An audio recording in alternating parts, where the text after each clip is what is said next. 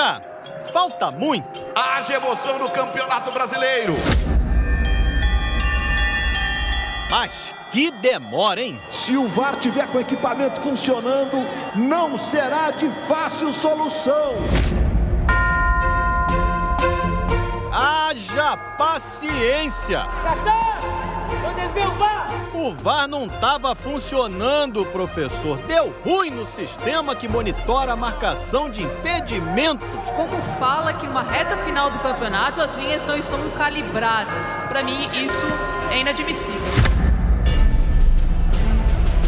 Faltam 2 rodadas para o fim do Brasileirão. E o Vasco se complicou ainda mais na luta contra o rebaixamento. Perdeu para o Inter, que disputa o título com o Flamengo. O Inter faz aqui, o Flamengo faz lá. É uma tensão tamanha que o campeonato segue o fluxo. No Maracanã, o VAR funcionou para explodir a nação rubro-negra em todo o Brasil.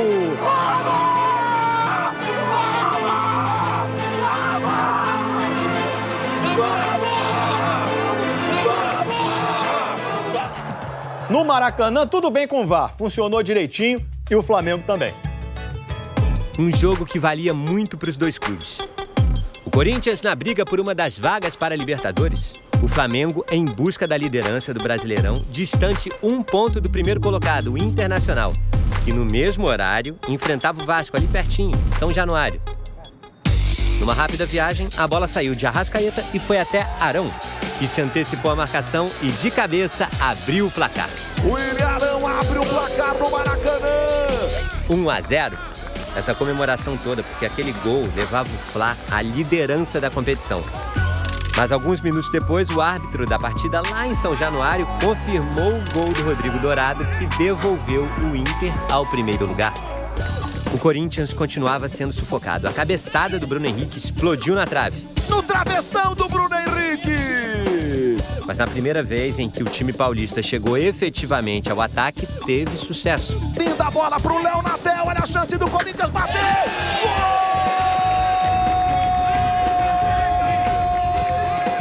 Perdi o cara, o Léo, se não estiver enganado, né? Perdi um pouco ele de vista, sobre o bate-rebate, a bola limpa para os jogadores dele, achou o passe. Naquele momento, o Flamengo entrava numa situação delicada, porque estava retrocedendo na disputa pelo título, ficando 3 pontos atrás do Inter.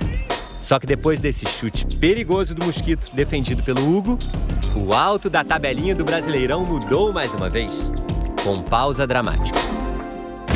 Tudo começou no chute de fora da área do Bruno Henrique e o Cássio espalmando a bola, que sobrou pro Everton Ribeiro cruzar pro Gabi, gol. Está marcado o impedimento. O árbitro Rafael Trace explicou que o VAR ainda iria avaliar o lance. Senhoras e senhores, estamos na mão do VAR. E aí foram 3 longos, tensos, ruidosos minutos.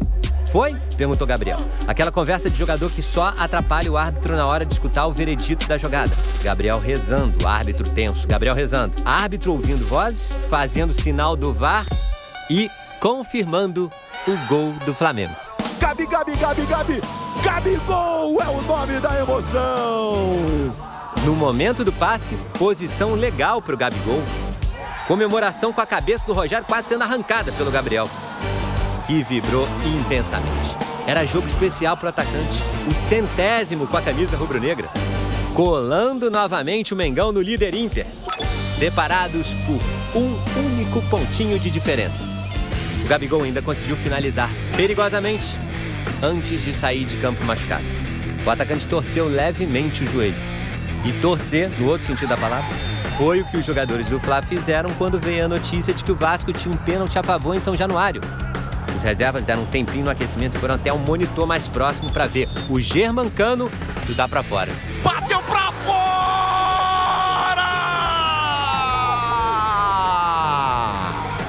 E mesmo que o Pedro conseguisse fazer esse gol, não alteraria mais a ordem da tabela. O Colorado terminou na liderança. No próximo domingo, Flamengo e Internacional vão se encontrar neste mesmo estádio numa partida que pode definir o campeão brasileiro. E o Mengão vai ter que trabalhar para o título ser conquistado longe do Maracanã. Porque na rodada que vem, só o Inter tem chances de ser campeão no Maraca.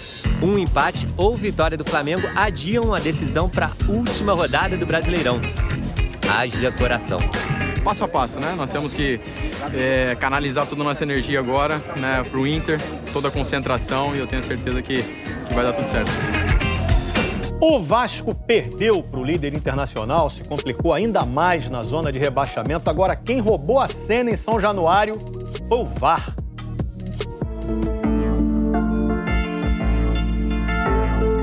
Enquanto o Vasco e Inter não começavam, eu me peguei aqui pensando nas voltas que esse mundo dá. Olha só como era a vida de Vanderlei Luxemburgo e Abel Braga um ano atrás. Vanderlei tinha trocado o Vasco pelo Palmeiras, um clube com dinheiro, estrutura, elenco forte. Lá, ele falava em conquistas. Totalmente diferente do Abel, o sucessor dele em São Januário. Abel sofria com resultados ruins de um time limitado que não evoluía com ele. Mas espera aí, volta aqui para o presente, porque hoje quem pensa em título é o Abel. E quem luta para fugir do rebaixamento é o Lucha. O que será que reserva o futuro? Futuro? Tudo a ver com tecnologia?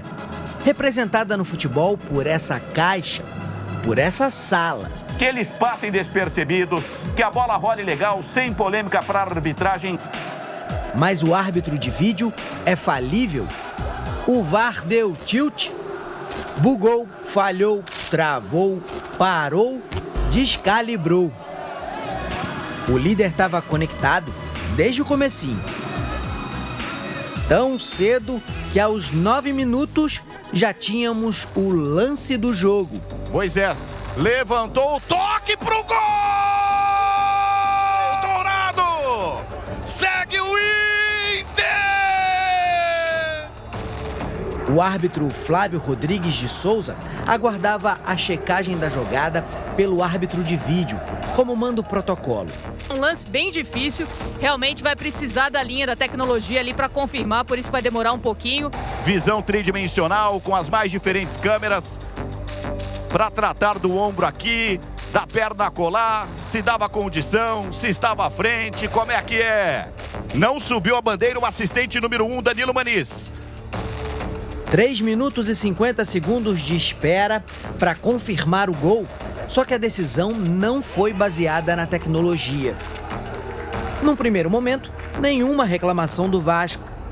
Jogo sob o controle do Inter, até que o repórter Edson Viana deu essa informação. A linha do VAR, aquela que é colocada virtualmente para ver o impedimento na hora do gol do Internacional, ela estava descalibrada. Então valeu a decisão de campo para validar o gol do Internacional.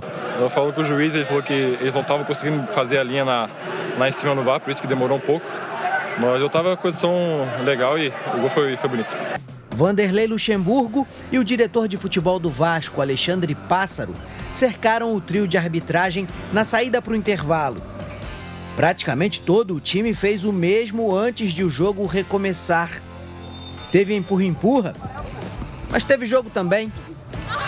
Pouquinho, mas teve. O Vasco ficou com a bola, tentou fazer pressão, até ter a chance do empate, com polêmica, para variar. Germancano tentou o chute e caiu na área. O árbitro marcou o pênalti. Mais 3 minutos e meio de checagem do VAR e a decisão foi mantida. Confirma pênalti pro Vasco! Chance para o argentino voltar a marcar depois de 4 jogos. O artilheiro do time com 23 gols na temporada falhou. O Cano bateu cruzado, bateu pra fora, Vanderlei não acredita no que vê! Foi o primeiro pênalti perdido pelo atacante no Vasco. Falta cabeça, falta força, faltam pontos pro Vasco. O segundo gol do Inter de Thiago Galhardo nos acréscimos mantém o time preso na zona do rebaixamento. Preso também as queixas, entre elas a retirada de uma câmera da TV do clube que fica na lateral do campo. E foi pedido pelo pessoal do VAR para que essa câmera fosse retirada dali, sob o argumento de que essa câmera poderia captar alguma imagem que pudesse depois desmentir o VAR. se o VAR não estava funcionando, se a linha não estava calibrada, paralisasse a partida até que isso pudesse ser checado. O nosso departamento jurídico vai entrar com um pedido de anulação da partida no STJD. Eu estou reclamando é que o primeiro gol desestabilizou a minha equipe emocionalmente. No intervalo do jogo, os jogadores estavam totalmente desestabilizados. O Flávio foi prepotente em falar para mim que ele ia analisar o lance em casa para saber se errou ou não. Ele está de brincadeira. O mau funcionamento do VAR não foi citado pelo árbitro na súmula da partida.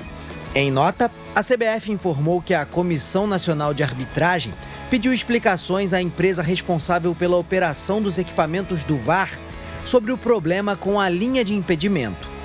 Segundo a comissão, mesmo sem o recurso, o lance do primeiro gol do Inter foi checado e nenhum erro claro da arbitragem constatado. Sendo assim, foi mantida a decisão de campo, conforme os princípios do protocolo do VAR. É uma mistura dos olhos humanos com a lente da câmera, combinados por um programa de computador que mapeia o campo. A calibragem do equipamento usado pelo árbitro de vídeo é feita cerca de 2 horas antes da partida.